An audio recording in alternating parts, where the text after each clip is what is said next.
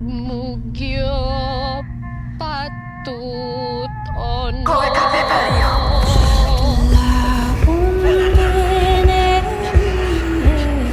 Mugyo patut.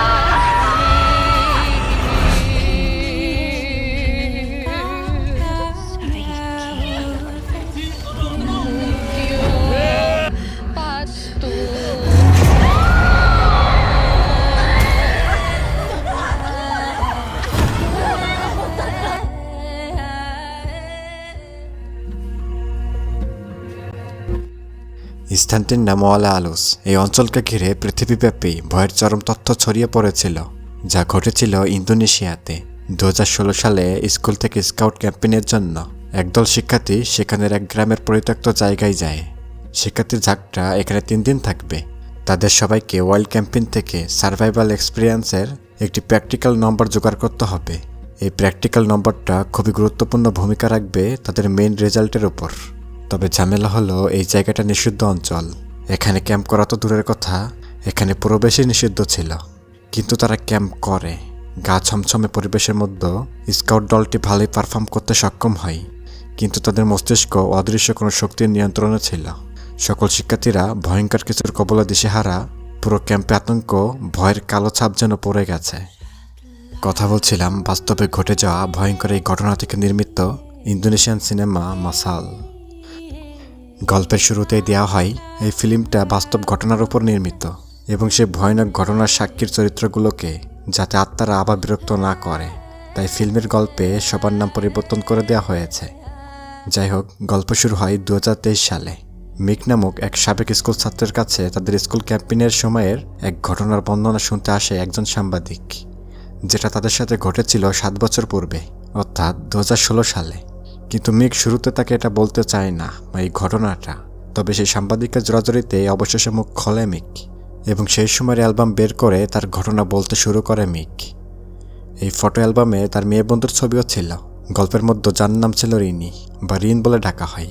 মিক বলতে থাকে, তখন যদি আমি জানতাম এর পরিণতি কী হবে, তাহলে আমি কখনোই রিনকে সেই ক্যাম্পেইনে নিয়ে যেতাম না।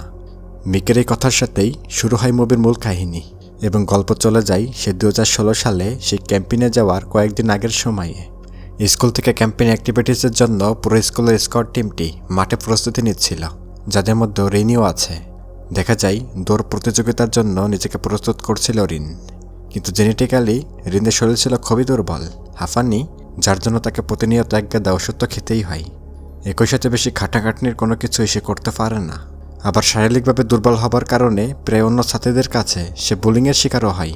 তবে একজন আছে যে রিনের পাশে সবসময় আছে। সে হলো রিনের বান্ধবী নাইলা, যাকে সবাই নেই বলে ডাকে। রিনের অসুস্থতা হোক বা কেউ তাকে বিরক্ত করুক, নাইলা সবসময় সাধ্যমতো রিনকে সাহায্য করে। যাই হোক, এভাবেই নানান খুনসুটিতে দুই বান্ধবী ক্যাম্পেইনের জন্য প্রস্তুতি নিচ্ছিল। যদিও তাদের ক্যাম্প কোথায় হবে সেই লোকেশন তারা কেউ জানতো না, কারণ ক্যাম্প তৈরির কাজের জন্য এই দায়িত্ব ছিল ক্যাম্পেইনের 3 জন সিনিয়র লোকের। ক্যাম্পেইন তৈরি করা দায়িত্বরত ব্যক্তিদের নাম হলো মিক, হেরু এবং চান। এই ক্যাম্পটা কোথায় করা হবে এটাই খুঁজতে খুঁজতে তারা 3 জন তাদের ক্যাম্পেইনের জন্য একটি পারফেক্ট লোকেশনও খুঁজে পায়, যে স্থানের নাম ছিল ওয়ানা আলুস। জঙ্গলের মাঝখানে গা ছমছমে এক পরিবেশ অবস্থিত। এখানে এই লোকেশনটাকেই পছন্দ হয় সকলের। ক্যাম্পেইনের জন্য এটাই পারফেক্ট। মিক সহ বাকিরা নিশ্চিত করে এখানটায় ক্যাম্প তৈরি করা যেতে পারে, তাই চাঁদ সেখানে কিছু ছবি তুলে নেয়, কারণ এই ছবিগুলো দেখেই তো তার স্কুলে গিয়ে বাকি সবাইকে এই স্থান সম্পর্কে ধারণা দিবে। ছবিগুলো তোলার পর গাড়িতে বসে চাঁদের তোলা সেই ছবিগুলো দেখছিল মিক। জঙ্গলের ভয়াল পরিবেশে ছবিগুলো যেন একদম জীবন্ত হয়ে উঠেছিল। মিকের পুরো ফোকাস তখন ফোনের স্ক্রিনে। এরই মতো গাড়ির দরজায় নক করে চান। ঘাবড়ে গিয়ে জানালা খুলে দেয় মিক। চান জানাই দাদা সন্ত তাদের সাথে দেখা করার জন্য রাজি হয়েছে, অর্থাৎ তারা যেখানে ক্যাম্প করতে চাচ্ছে, যেখানে সর্বসাধারণের জন্য প্রবেশের কোনো অনুমতি নেই। শত শত বছর ধরে এই জায়গা এইভাবেই পড়ে আছে। এই জায়গাটা ঘিরে সত্য মিথ্যা হাজারো ভৌতিক গল্প প্রচলিত ছিল। তাই সেই এলাকার কিছু প্রবীণ ব্যক্তিত্ব এই জায়গাটা যাতে মানুষের আনাগোনা বা ক্ষতির কারণ না হয়, তাই গ্রামবাসীরা বা এলাকার লোকজন এখানে নানা রকম রিচুয়াল করে থাকে। পূজা অর্চনা বলতে পারেন। তারা বিশ্বাস করে এখানে আত্মা থাকে বা ভয় বা জিন জাতীয় কিছু, তারা যেন নিয়ন্ত্রণে থাকে বা খেপে না যায়, এটাই ছিল তাদের বিশ্বাস। বা এই স্থানে রিচুয়াল করা এমন কার্যক্রমের সাথে দায়িত্বরত একজন সিনিয়র ব্যক্তি, যার নাম হলো সন্ত, যাকে সবাই দাদা বলেই ডাকে। যেহেতু মিক ও তার বন্ধুরা তাদের পুরো স্কুলকে ক্যাম্পেইনের জন্য এখানে নিয়ে আসবে, তাই তারা সন্তুর কাছে ক্যাম্পেইন করার জন্য অনুমতি চায় এবং একই সাথে সাহায্যও চেয়েছিল, যেন তাদের ক্যাম্পেইন তৈরিতে সাহায্য করে। কিন্তু কথা শুরু করার প্রথমেই দাদা জানিয়ে দেয় এখানে কোনো পিকনিক বা কোনো ক্যাম্পেইন জাতীয় কোনো কিছুই হবে না। সাফ জানিয়ে দেয় এটা। দাদা জানাই আমার বাপদাদারাও এখানে কোনো ধরনের অ্যাক্টিভিটিস করতে বারণ করে গেছেন। এই স্থানে জনসমাগম হোক, কোলাহল হোক, এটা কখনোই আমরা চাই না। কিন্তু হেরু বারবারই দাদাকে অনুরোধ করতে থাকে। হেরু বলতে থাকে আমাদের স্কুল থেকে খুব বেশি লোক আসবে না, তাদের সবসময় গাইড করার জন্য তো আমরা আছি। এছাড়া আমরা মাত্র 3 দিনের জন্য এখানে ক্যাম্প করব। এই 3 দিনের এই এক্সট্রা নম্বরটা সকল স্টুডেন্টের জন্য খুবই গুরুত্বপূর্ণ। দয়া করে আমাদেরকে অনুমতি দিন। তখন মিকও জানাই দাদা আমাদের সকল ব্যবস্থা করা হয়ে গেছে, আমাদের অনুমতি দিতেই হবে। সামনের সপ্তাহে তো আমাদের ডেট। এখন এত অল্প সময়ের মধ্যে নতুন লোকেশন খোঁজা আমাদের জন্য একেবারেই অসম্ভব। আপনি চিন্তা করবেন না, আমরা সব কিছুর খুবই খেয়াল রাখব। এই স্থানের পবিত্রতা হানি হবে এমন কিছুই করব না। তারা তো বারবার করে অনুরোধ করেই যাচ্ছিল, এই জন্য দাদা সন্ত না করতে পারে না, সে অনুমতি দিয়ে দেয়। দাদার অনুমতি তো পেয়ে গেছে।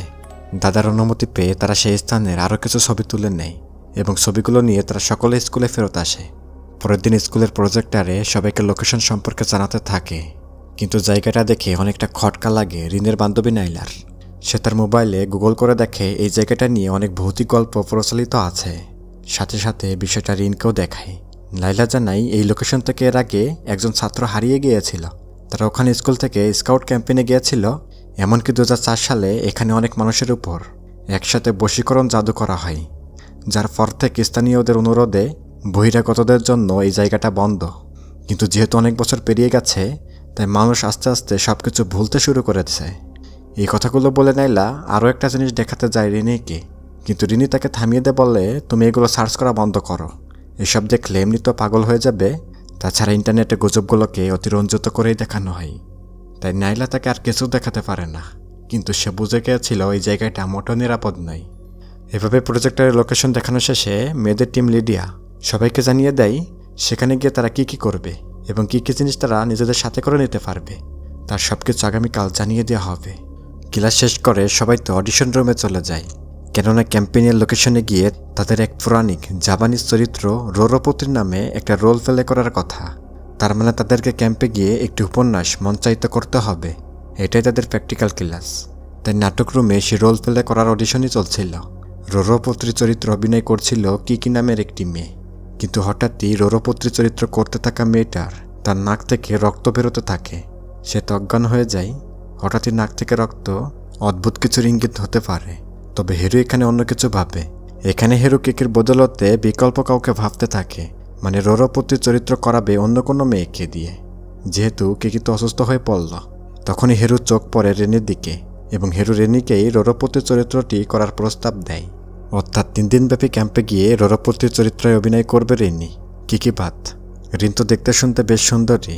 রিন এমন পৌরাণিক জাপানিক চরিত্র মানানসই তো হবেই। আবার এই গল্পটাও তার অনেকবারই পড়া আছে, এজন্য রিনিও রাজি হয়ে যায় এই চরিত্রটি অভিনয় করার জন্য। এভাবে সেদিনের মতো স্কুলের সকল কাজবাজ শেষ করে সকলেই তো বাসায় ফিরে যাচ্ছিল হেঁটে।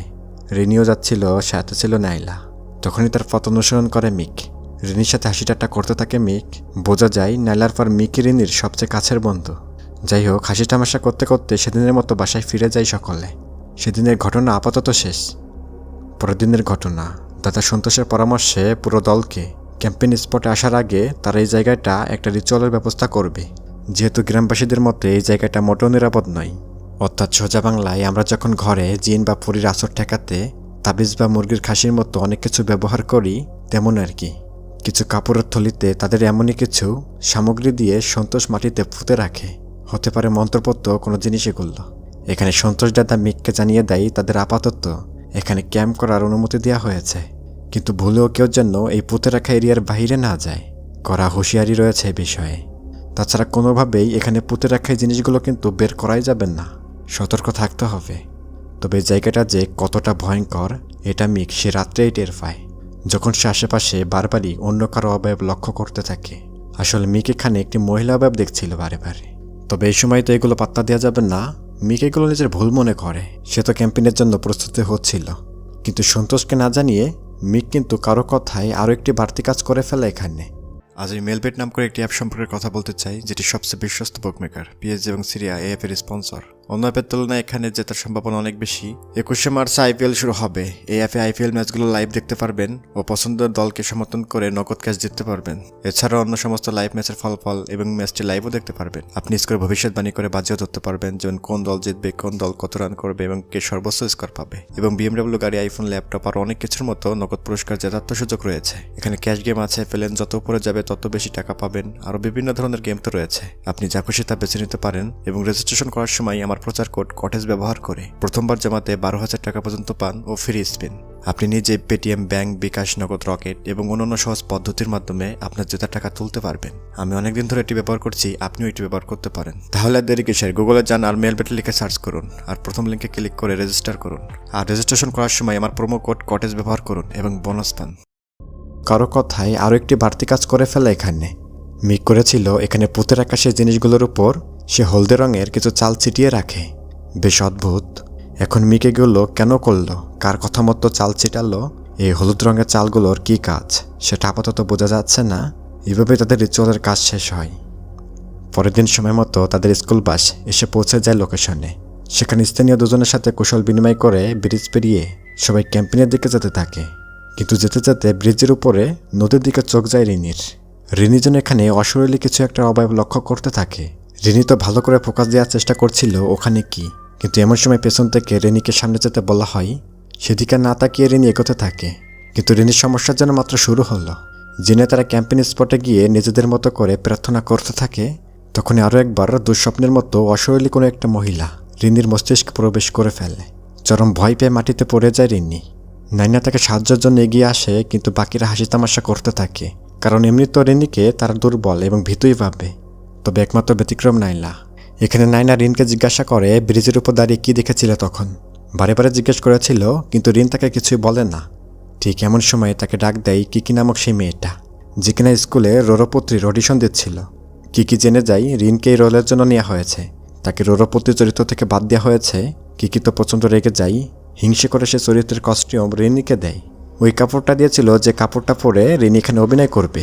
এদিকে মেয়েদের টিম লিডার লেদিয়া, যেখানে কারো যার অনুমতি নেই সেখানে বোর্ডটা নিয়ে দিচ্ছিল। তবে এটা করতে যাওয়ার সময়ও সে মহিলার অভাব দেখতে পায়।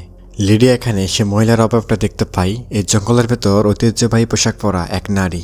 তবে লিডিয়া এই মহিলাকে অনুসরণ করতে করতে সে বেরিয়ে গিয়েছিল সীমানার বাহিরে, যে সীমানাটা করে দিয়েছিল দাদা সন্তোষ। দাদা সন্তোষ কিন্তু প্রখরভাবে নিষেধ করেছিলেন এই এরিয়ার বাইরে যাওয়া যাবে না। লিডিয়া এখানে আসা মাত্রই তার চারপাশটার হঠাৎ ভয়ানক রকমের অন্ধকার হয়ে যায়। ভয় পেয়ে যখন অকেটকিতে মিককে কল করেছিল লিডিয়া, কিন্তু তখনই অকিটকির ওপার থেকে মিকের বদলে ভেসে আসে এক ভয়ানক কণ্ঠ। লিডিয়াকে কর্কশ ভাষায় বলে, তোমাদের কারোরই এখানে থাকার অনুমতি নেই, খুব দ্রুতই এই এলাকা ছেড়ে বাসায় ফিরে যাও।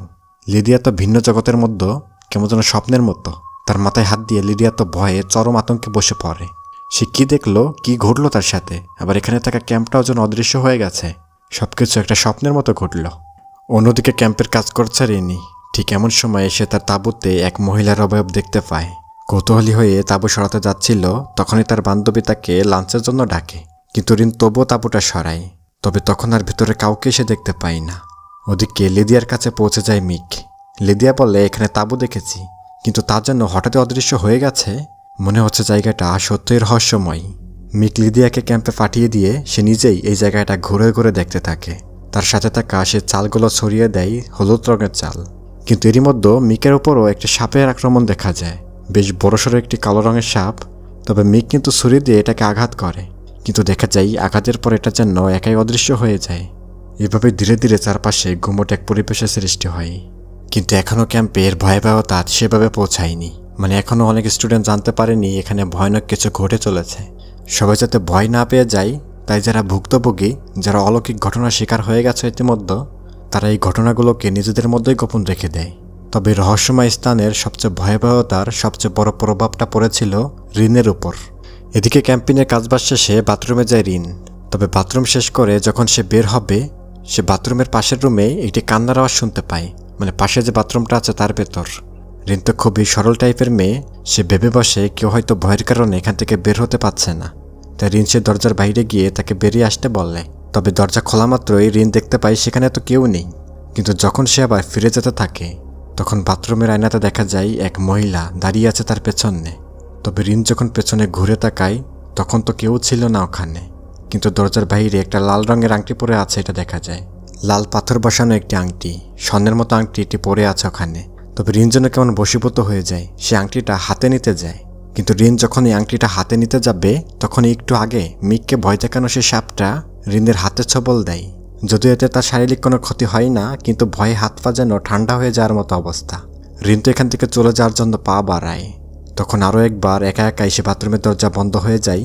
এখানে উলটপালট কিছু ঘটনা ঘটলো, এগুলো কিন্তু অদৃশ্য কোনো শক্তির আনাগোনা লক্ষ্য করা যায়। এমন ভয়াল অনুভূতি নিয়েই ক্যাম্পে ফিরে আসে রিন। এখন তার দৌড় প্রতিযোগিতার সময়, তাই একটু আগে ঘটে যাওয়া ভয়াল ঘটনাগুলোকে আপাতত পাশ কাটিয়ে সে পুরো ফোকাস দেয় খেলায়। তবে অদ্ভুত হলো, এই খেলায় কিন্তু এই দৌড় প্রতিযোগিতায় রিন জয়ী হয়। ভালোই পারফর্ম করতে পেরেছিল রিন। এদিকে দৌড়ের এই পুরো বিষয়টা ক্যামেরায় বন্দি করেছিল চান। তবে রিনের ছবিতে অস্বাভাবিক কিছু একটা দেখতে পায় চান যখনই তার ক্যামেরাতে রিনের ছবিটা জুম করে এবং দেখা যায় তার পেছনে আবছাভাবে দাঁড়িয়ে আছে একটি মহিলা। এই মহিলার চেহারা দেখা যাচ্ছে বেশ অদ্ভুত ছায়ামূর্তি। তবে বিষয়টা চান আপাতত কাউকে জানায় না, কিন্তু লিদিয়া এসে এখানে সবাইকে বলতে থাকে তার সাথে ঘটে যাওয়া সকল ভৌতিক ঘটনা। লিদিয়াকে কথা বলতে দেখে মিকও এখানে চলে আসে, কারণ লিদিয়া যদি সবাইকে তার ভয়ানক ঘটনাগুলো বলে দেয় তাহলে ক্যাম্পেইন থেকে সকল স্টুডেন্টরা চলে যাবে। এখানে মিক পুরোপুরি কথা ঘুরিয়ে নেয় এবং লিদিয়াকে বলে, তুমি যা যা দেখেছ সবই তোমার ভুল। মানে লিদিয়া যা দেখেছে তা লিদিয়ার ভুল, এটাই মিক বলতে চাচ্ছিল। এখান থেকে মিক হেরুকে সাথে করে নিয়ে সেই জায়গাটা দেখতে যায়, যে জায়গাতে মিক একটি সাপকে হত্যা করেছে এবং লিদিয়াকে সাবধান করা হয়েছিল এখান থেকে চলে যেতে বলা হয়েছিল। মিক হেরুকে সবকিছু খুলে বলে, এইখানে এই ঘটনা ঘটেছে, এখানে আমি সাপ দেখেছি, জায়গাটা কিন্তু সত্যই ভুতুরে হেরু। কিন্তু হেরু মিককে অবাই দেয়। হেরু মিককে ক্যাম্পে পাঠিয়ে দিয়ে নিজে এখানে হলুদ চাল ছেটাতে থাকে এবং রিচুয়াল করতে থাকে। বোঝাই যাচ্ছে হেরু অনেক চতুর। তবে তখনই ভয়ঙ্করভাবে হেরুর মুখ থেকে সেই হলুদ চালগুলো বের হতে থাকে। একা একাই বের হচ্ছিল চালগুলো তার পেটের ভেতর থেকে। তবে এই ঘটনা মোড় নেয় এখন পর্যন্ত সবচেয়ে ভয়াবহ অবস্থায়। হেরু কেমন যেন এখানে কোনো অদৃশ্য কোনো কিছুর উপস্থিতি বুঝতে পারল। হেরু আপাতত এখান থেকে সরে পড়ে। এদিকে ক্যাম্পেইনে প্র্যাকটিক্যাল ক্লাসগুলো ধীরে ধীরে হয়ে যাচ্ছে। একটা ওয়ার্ড গেমে মাদা নামক একটি ছেলেকে দায়িত্ব দেওয়া হয়। এখানে প্রতিটা দল রেডি আছে তারা ক্লাস করার জন্য, কিন্তু তখনই মাদার শরীরে বশ করে অদৃশ্য কোনো শক্তি। মনে হচ্ছে পজেসড। প্রথমে উদ্ভট কিছু অঙ্গিভঙ্গি করে মাদা এবং সবাইকে উদ্দেশ্য করে 3টা ভয়ানক শব্দ বলে, রক্ত, খুন এবং প্রতিশোধ। তবে তার চেয়ে একটি ভয়ঙ্কর কাজ করে বসে। মাদা সবার সামনে ব্রিজ থেকে লাফিয়ে পড়ে। সে কিন্তু পড়েছিল ঝর্ণার পাথরের উপর, হাত পা ভেঙে গিয়েছে, রক্তাক্ত শরীর নিয়ে আবার উঠে বসে মাদা। সবার সামনে পাথরে আঘাত করে মাথা ফাটিয়ে ফেলে। ঘটনার ভয়াবহতা সবাইকে ঘাবড়ে দেয়। কি হয়ে গেল, এটা কি হচ্ছে তাদের সাথে? এভাবে দ্রুত মাদাকে ক্যাম্পে ফেরত আনা হয়। ক্যাম্পে হই হুল্লোড়, আতঙ্ক এবং কান্নাকাটি করছিল সকলে। হেরু ফিরে এলে তাকে সবকিছু খুলে বলা হয়। তখন হেরু বশ হয়ে যাওয়া মাদার সামনে কিছু মন্ত্র পড়তে থাকে, যার কারণে মাদার ভেতরে থাকা অদ্ভুত সত্তা হেরুকে অনেক কিছু বলতে থাকে, যেমন তুমি কি করছো, কেন করছো, এই সমস্ত কথা। আচ্ছা, এখানে কি হেরুর কবিরাজিটা লক্ষ্য করতে পেরেছেন? যাই হোক, এখানে মাদার এক হাত ধরে বসেছিল রিনি, চেপে ধরে আছে। কেমন যেন উদ্ভট আচরণ করছিল মাদা।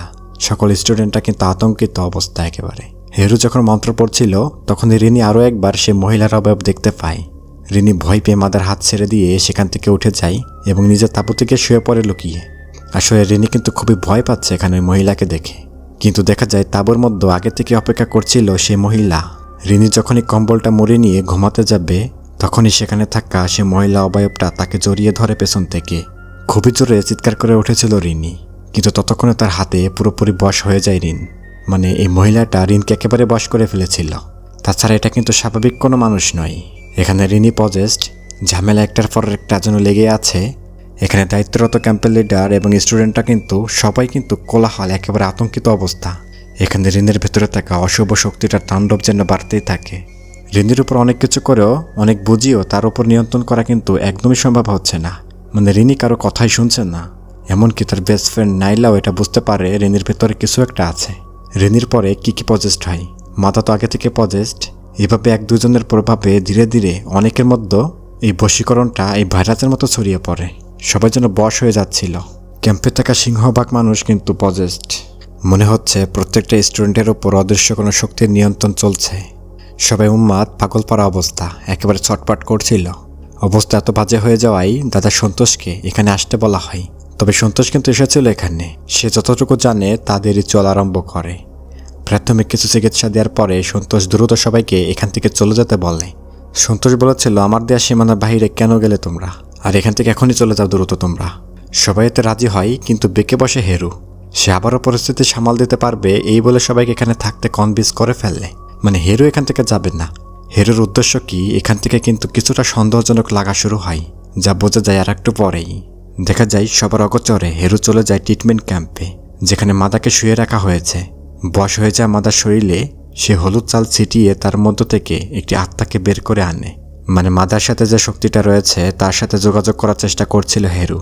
মাদার ভেতরে থাকা অপ্রাকৃতিক শক্তি হেরুকে বলে, আমাকে কেন ডেকেছিস বল, কি চাস তুই? তখনই হেরু একটি পাথরের কথা বলে, মানে একটি বিশেষ আংটি, যাকে পরশ পাথর বলা হয়।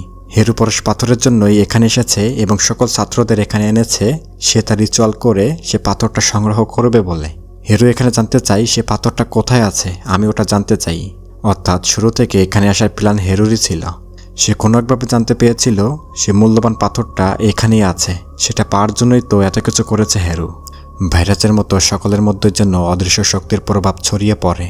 কেউ ছোটাছুটি করছে, কেউ তো খামচে নিজের মুখই ছিঁড়ে ফেলছে। সব মিলিয়ে অনেক বাজে একটা অবস্থা। তাই দাদা সন্তোষ আবারও একবার এসে বললে, তোমরা এখনো চলে যাচ্ছ না কেন? তখনই চান দাদাকে হেরুর উপর তার সন্দেহের কথা বলে। কারণ চান হেরুকে দেখেছিল সে বসে আছে এবং তাকে জড়িয়ে আছে একটি বিশাল আকৃতির সাপ। হেরুর জন্য কিছু একটা রিচুয়াল করেছিল ওখানে। এই কথা শোনা মাত্র চাঁদকে সাথে করে সন্তোষ চলে যায় জঙ্গলের মধ্যে। যে দেখে তাদের উৎসর্গ করার জন্য যে জিনিসগুলো মাটিতে পুঁতে রেখেছিল, মানে যে টোপলাগুলো সন্তোষ দাদা পুঁতে রেখেছিল, তার উপরে হলুদ চাল ছিটানো, যাতে কি হেরুর উদ্দেশ্য বুঝে যায় সন্তোষ। দাদা আরও বুঝতে পারে সে পাথর হাত করার জন্য এই সব কিছু মূলত হেরুর চক্রান্ত। অন্যদিকে সে মহিলা অবয়ব রিনের উপর পুরোপুরি প্রভাব বিস্তার করে নেয়। একটা সময় তার সাথে সরাসরি কথা বলা শুরু করে। অর্থাৎ রিনের উপর প্রভাব বিস্তার করা জিন বা অশুভ শক্তি আর কেউ না, বরং এটা স্বয়ং রোরপুত্রী, যার রোল প্লে করে তার অডিশন দিচ্ছিল। আর এই রোলটা প্লে করেছিল কিন্তু রিনি। কিকিকে কিন্তু ইচ্ছাকৃতভাবে বাদ দেওয়া হয়েছিল। মানে কিকির নাক দিয়ে রক্ত বের হলো, এটা কিন্তু এই মহিলা রোরপুত্রীর কাজ। মানে রোরপুত্রী নিজে চেয়েছিল তার অভিনয়টা করুক রিনি। এখানে রোরপুত্রী জানাই কিভাবে তার ভালোবাসা মানুষই তাকে হত্যা করেছিল। তাই তার দাবি হলো রিন যাতে নাটকে তার রোলটা প্লে করে। সে নিজের রোরপুত্রী সাজে। যখন রিনি এই নাটকটা করবে তখনও রোরপুত্রী তার শরীরেই থাকবে। তবে বাস্তবে যেহেতু তার ভালোবাসা মানুষ তাকে মেরেছিল, তাই নাটকে সে তার প্রেমিক চরিত্রকে মারবে। মানে রিনি যখন রোরপুত্রী সেজে অভিনয় করবে, তার নায়ক যে থাকবে তাকেই হত্যা করবে রোরপুত্রী, এবং এভাবেই তার প্রতিশোধ পূর্ণ করবে। আর এর চেয়ে আশ্চর্যের বিষয় হলো এই একই রকমের চুক্তি হেরু রোরপুত্রীর সাথে করেছিল, শুধুমাত্র সে অমূল্য পরশ পাথরটি পাবার জন্য। আর সে পাথরটা আর কিছু না, বরং রিনির হাতে থাকা সে আংটিটাই সেই পরশ পাথর, যেটা রোরপুত্রী তাকে দিয়েছিল কিন্তু বাথরুমের ওখান থেকে। এই আংটিতে থাকা পাথরটার বেশ গুণ আছে। এই পাথর দিয়ে যে কাউকে বশ করা যেত। তাছাড়া এই পাথর সাথে রাখলে নাকি অনেক আয় উন্নতি হয়। এটা জিনদের আংটি। সেটা হাত করার জন্য হেরু কিন্তু এই প্ল্যান করেছে। সকল শিক্ষার্থীদেরকে এখানে এনে ক্যাম্পেইন করেছে স্কাউটের নাম দিয়ে। যাই হোক, এভাবেই গল্প শেষ ভাগে চলে আসে। এখানে স্কাউটের নিয়ম মতোই নাটক পেলে হয়, যেখানে রিরি কিন্তু রোরপুত্রী সেজে অভিনয় করছিল এবং তার প্রেমিকের রোল করছিল মিক। বুঝতে পারলেন আসলে হেরু তো ইচ্ছা করে এই নাটক মঞ্চায়িত করবে জিনদের অলৌকিক ক্ষমতার আংটিটা হাতাবার জন্য। আবার এখানে রোরপুত্রীরও কিন্তু একটা ইচ্ছা আছে, তার ইচ্ছা মতোই কিন্তু নাটক হচ্ছে এখানে। তাহলে দুজনের উদ্দেশ্য এখানে লক্ষণীয়। তাই দেখা যায় নাটকের শেষে রিনির শরীরে থাকা রোরপুত্রী এবং প্রেমিক চরিত্রে অভিনয় করা মিককে ছুরি মেরে দেয়, এবং তার প্রতিশোধ পূর্ণ হয়ে যাওয়ায় রোরপুত্রী রিনের শরীর থেকে বেরিয়ে আসে। এদিকে বেরিয়ে যাওয়ার পর মিককে রক্তাক্ত অবস্থায় দেখে রিন কাঁদতে থাকে। এখানে বসে থাকা শিক্ষার্থীরা কিন্তু পজেস ছিল তখন। তারা কিন্তু উন্মাদের মতো নাটকটা মঞ্চায়িত করছিল। আবার এখানে হিরো কিন্তু রোরপুত্রীর কাছে সে আংটিটা চায়, পরশ পাথরটা। তখন রোরপুত্রী আঙ্গুলের ইশারায় রিনিকে দেখিয়ে দেয়, অর্থাৎ আংটিটা তো এখন রিনির কাছে আছে। তাই হিরো যেন রিনির কাছ থেকে ওটা নিয়ে নেয়। হিরো কিন্তু রিনির কাছে আংটিটা চেয়েও ছিল, কিন্তু রিনি এই সব কিছু থেকে মুক্তি পেতে আংটিটা আগুনের মধ্যে ছুঁড়ে মারে। আগুনে পুড়ে যায় সে মন্ত্রপত আংটিটা। এমন এক আশ্চর্য ধরনের শক্তি হাতে থাকার পরেও এই জিনিসটার উপর রিনির কোনো লোভ না দেখে রোরপুত্রী কিন্তু রিনিকে আরও পছন্দ করতে থাকে। সে রিনিকে বলে, আমি আমার কাজের জন্য সঠিক মানুষকে নির্বাচন করি। তুমি যেখানেই থাকো আমি সবসময় তোমাকে রক্ষা করব। আর হিরোর ব্যাপারে এটা বলে যায় সে আজ থেকে এটাই ভাববে সে আসলে আংটিটা পেয়েছে, যদিও বাস্তবে সে পায়নি। তার মানে হেরু পাগল উন্মাদ হয়ে যাবে। এই কথাটা বলে রিনিকে জড়িয়ে ধরে রোরপত্রী এবং অদৃশ্য হয়ে যায়। এখানে বশীভূত হয়ে থাকা সকল শিক্ষার্থীরা তাদের স্বাভাবিক চেতনা ফিরে পায় এবং এভাবেই ভয় এবং অভিজ্ঞতাকে সঙ্গী করে তাদের স্কাউট ক্যাম্পেইন শেষ হয়। এখন 2023 সাল, সেই ঘটনা 7 বছর পেরিয়ে গেছে। হিরোর কোনো খোঁজ আর তেমন পাওয়া যায়নি। এছাড়া বাকিরা মোটামুটি স্বাভাবিকভাবে জীবন কাটাচ্ছে, কিন্তু একজন মানুষ যে আর কখনো স্বাভাবিক জীবনে ফিরতে পারবেন না, সে হলেন রিনি, যাকে প্রতি বছর একবার হলেও সে জঙ্গলে যেতে হয় এবং সে ভয়ানক জিন রোরপত্রী তার শরীরে ঢুকে তার সাথে সময় কাটাতো, যা চলমান এখনো পর্যন্ত। হ্যাঁ, মুভির গল্পটা এখানেই শেষ, তবে বাস্তব এখনও চলমান, কিন্তু এর প্রভাব তাদের জীবন থেকে এখনও যায়নি। তাই তো গল্পের শেষে সেই ঘটনার বাস্তব চরিত্রদের ইন্টারভিউ দেখানো হয়। এখানে বাস্তবে রিনি কিছু কথা বলতে থাকে, বলতে বলতে এক পর্যায়ে রিনি জানিয়ে দেয়, রোরপত্রী বা সেই সম্প্রদায়ের জিন আমাকে তারা যতটা অনুমতি দিয়েছে ঘটনা বলার, আমি ততটুকুই বলেছি এবং সেই ততটুকু গল্প নিয়ে মুভি তৈরি করা হয়েছে। মানে এতক্ষণ মুভির গল্প যা ঘটলো এটাই শুধু বলার অনুমতি আছে। এখানে আরও অনেক অজানা গল্প রয়েছে যেটা মুভিতে বলা হয়নি বা প্রকাশ করা হয়নি, যেটা হয়তো সামনের কোনো মুভিতে দেখানো হবে। এর বাইরে বেশি কিছু বলতে চাই তখন ইন্টারভিউ রুমে লাইট বন্ধ হয়ে যায়। এটা কিন্তু সত্য, লাইট বন্ধ হলো। তাই রিনির ঘটনা আর বাড়ায় না এবং এভাবে শেষ হয় বাস্তব থেকে তুলে আনা বশীকরণের মাধ্যমে এক আত্মা বা জিনের প্রতিশোধের ভয়ঙ্কর গল্প। মূলত এই ঘটনার ভয়ঙ্কর চরিত্রগুলো হলো জিন জাতি, যারা ওই ক্যাম্পেইন করা স্থানে শত শত বছর যাবৎ বসবাস করে এসেছে। সেখানে বসবাস করা জিন জাতির রাজকন্যা রোরপত্রীর সত্য ঘটনা এতক্ষণ শুনলেন। তা কেমন লেগেছে ভিডিওটা জানিয়ে দিন কমেন্টে। ভালো লাগলে শেয়ার করিয়েন। এখানেই বিদায় নিচ্ছি, ভালো থাকবেন।